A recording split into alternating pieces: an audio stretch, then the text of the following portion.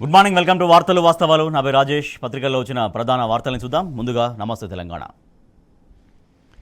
DSC పరేషాన్, తప్పుల తడకగా hall టికెట్లు తలబట్టుకుంటున్న అభ్యర్థులు. ఒక పరీక్ష నిజామాబాద్లో, మరొకటి మేడ్చల్లో. ఒకే అభ్యర్థికి ఒకే రోజు వేర్వేరు జిల్లాల్లో పరీక్షలు.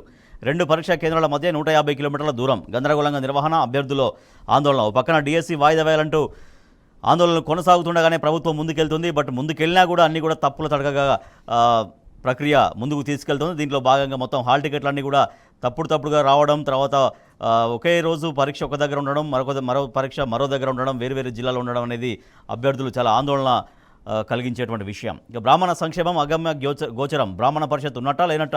కేసీఆర్ హయాంలో ఏటా 100 కోట్లు, ఆ పథకాలను ఇప్పుడు నిలిపేశారు. పేద కుటుంబాల్లో చీకట్లు నింపొద్దు, ముఖ్యమంత్రి వెంటనే స్పందించాలి. రేవంత్కు హరీష్ రావు బహిరంగ లేఖ. రాష్ట్రంలో డెంగ్యూ విజృంభణ. 6.5 నెలల్లోనే 1078 కేసులు. గత ఏడాదితో పోలిస్తే 52% పెరుగుదల. WHO హెచ్చరించిన పట్టణ ప్రభుత్వం. దోమల నివారణపై దృష్టి పెట్టని యంత్రాంగం. గ్రామాలు పట్టణాల్లో పడికేసిన పారిశుద్ధ్యం. ప్రభుత్వ దవాఖానాల్లో గోళీలు లేవు. బీఆర్ఎస్ వర్కింగ్ ప్రెసిడెంట్ కేటీఆర్ తీవ్రంగా ఫైర్ అయ్యారు ఈ అంశంపైన.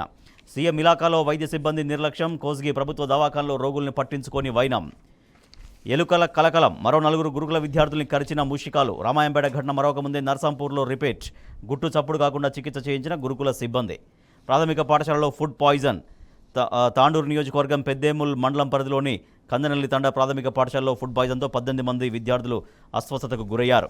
హాస్టల్లో మేము ఉండలేం, గోడ దూకి 19 మంది పరార్. అర్ధరాత్రి కాలినడకన జనగామకు చేరుకున్న విద్యార్థులు. పెంబర్తి మహాత్మా జ్యోతిబాపులే హాస్టల్లో ఘటన. నేతన్న ఆత్మహత్య. ఉపాధి లేక, అప్పుల భారం మొయ్యలేక ఉరేసుకున్న మగ్గం కార్మికుడు శంకరయ్య. కటంగూరులో జరిగింది ఈ ఘటన. రైతన్నల బలవన్మరణం. ఓవైపు వర్షాభావ పరిస్థితి, మరోవైపు అప్పుల భారం. 2 రైతులు ఆత్మహత్య చేసుకున్నారు చందంపేట అండ్ పాలకుర్తిలో. కాంగ్రెస్ పాలనలో రాష్ట్రం రావణ కాష్టం. భూములు ఇవ్వం, మెడికల్ కాలేజీ కోసం మమ్మల్ని రోడ్డున పడేస్తారా? అభివృద్ధి ముసుగులు అన్నదాతల కడుపు కొట్టొద్దు. కొడంగల్లో రైతుల తిరుగుబాటు. కడా ముట్టడి. 2013 భూసేకరణ చట్టం వర్తింపజేయాలని డిమాండ్. కాంగ్రెస్ మేనిఫెస్టో పెద్ద బక్వాస్. జాబ్ క్యాలెండర్పై సీఎం, డిప్యూటీ సీఎం, మంత్రులు తలో మాట. బీఆర్ఎస్ నేత ఎర్రోళ్ల శ్రీనివాస్ మండిపాటు. బీఆర్ఎస్ రక్షకులు ప్రజలే, వారి ఆశీర్వాదంతో అధికారంలోకి వస్తాం. స్థానిక సంస్థల ఎన్నికల్లో సత్తా చాటుతామని మాజీ మంత్రి శ్రీనివాస్ గౌడ్ వెల్లడించారు.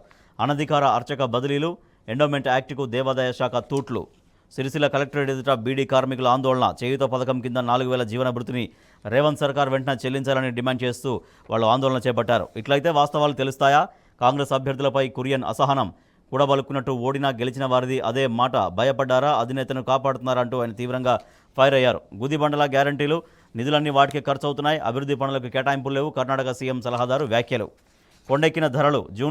జూన్లో 5.08% నమోదు. ఠారెస్తున్న పప్పులు, కూరగాయల రేట్లు. ఫలించని రిజర్వ్ బ్యాంకు చర్యలు. 4 నెలల గరిష్టానికి రిటైల్ ద్రవ్యోల్బణం. Telangana today. Aasara recovery draws ire of beneficiaries. Officials issues notice to 200 pensioners in Khammam.